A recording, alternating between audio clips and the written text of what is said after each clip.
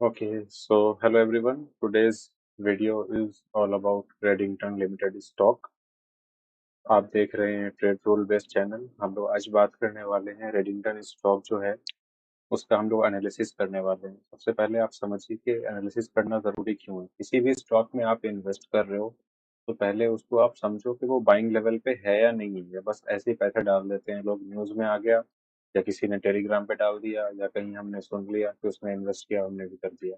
लेकिन ये सही तरीका नहीं है। आपको पहले एनालिसिस करना है। एनालिसिस करना नहीं आता तो आप चैनल को सब्सक्राइब कर लो, कुछ वीडियोस को देखो किस तरीके से स्टॉक को हम लोग एनालाइज करते हैं, एनालिसिस करते हैं।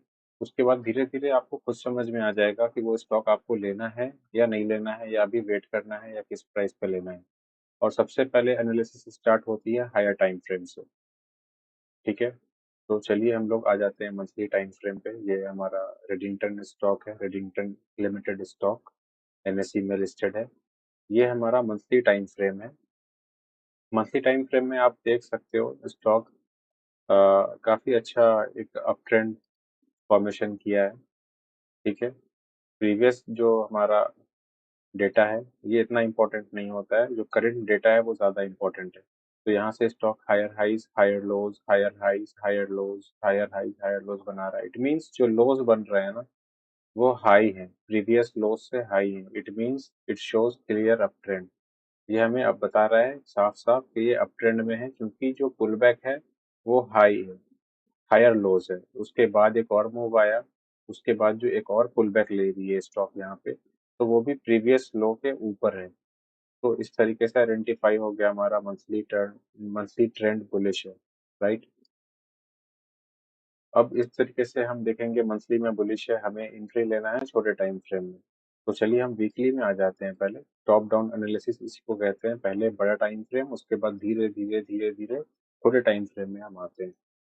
तो हमने मंथली देख लिया।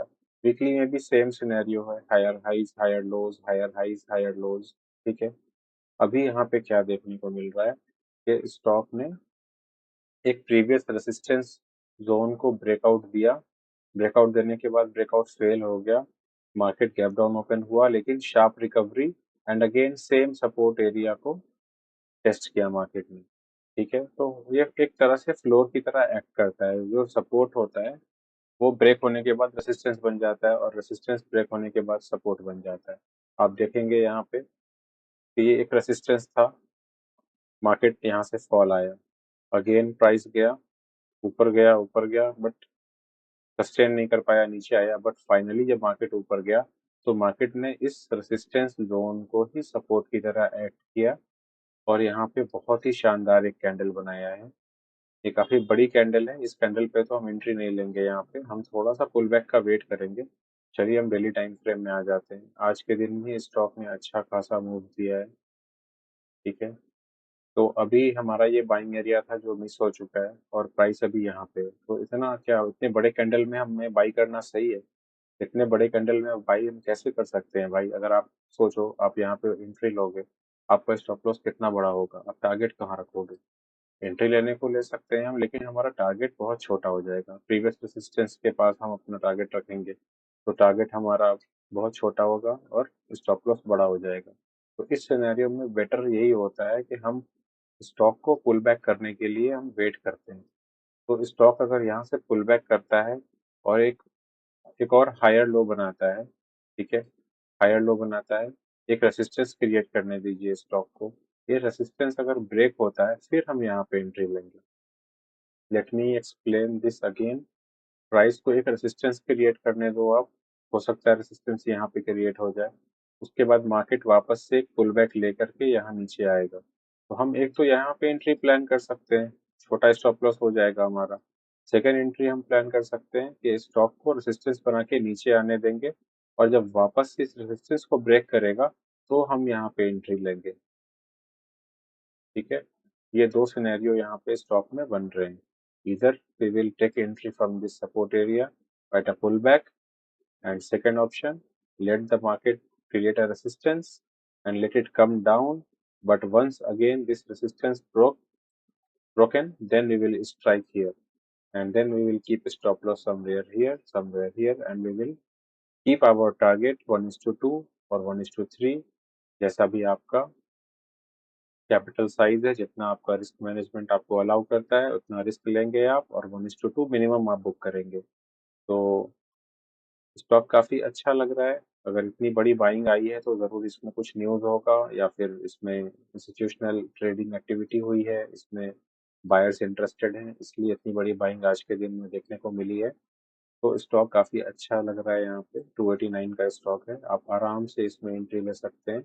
लेकिन एंट्री क्राइटेरिया जो मैंने बताया है तो उस पे आप थोड़ा ध्यान देंगे।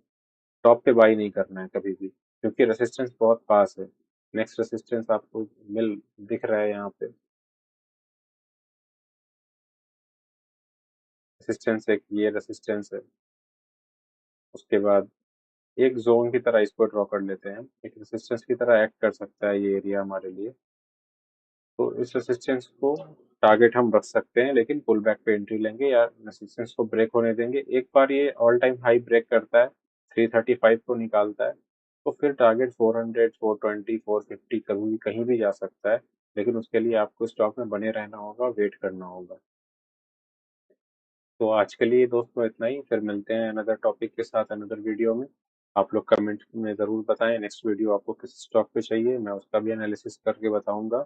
और अगर आप लोगों को हमारा पर्सनल इंडिकेटर चाहिए और भी स्टॉक के बारे में सीखना है तो आप चैनल को सब्सक्राइब कीजिए, और डिस्क्रिप्शन में टेलीग्राम का लिंक डाल दूंगा, उसको भी ज्वाइन कर सकते हो आप लोग। तो आज के लिए इतना, मिलते हैं नेक्स्ट वीडियो में। Thanks for watching, see you.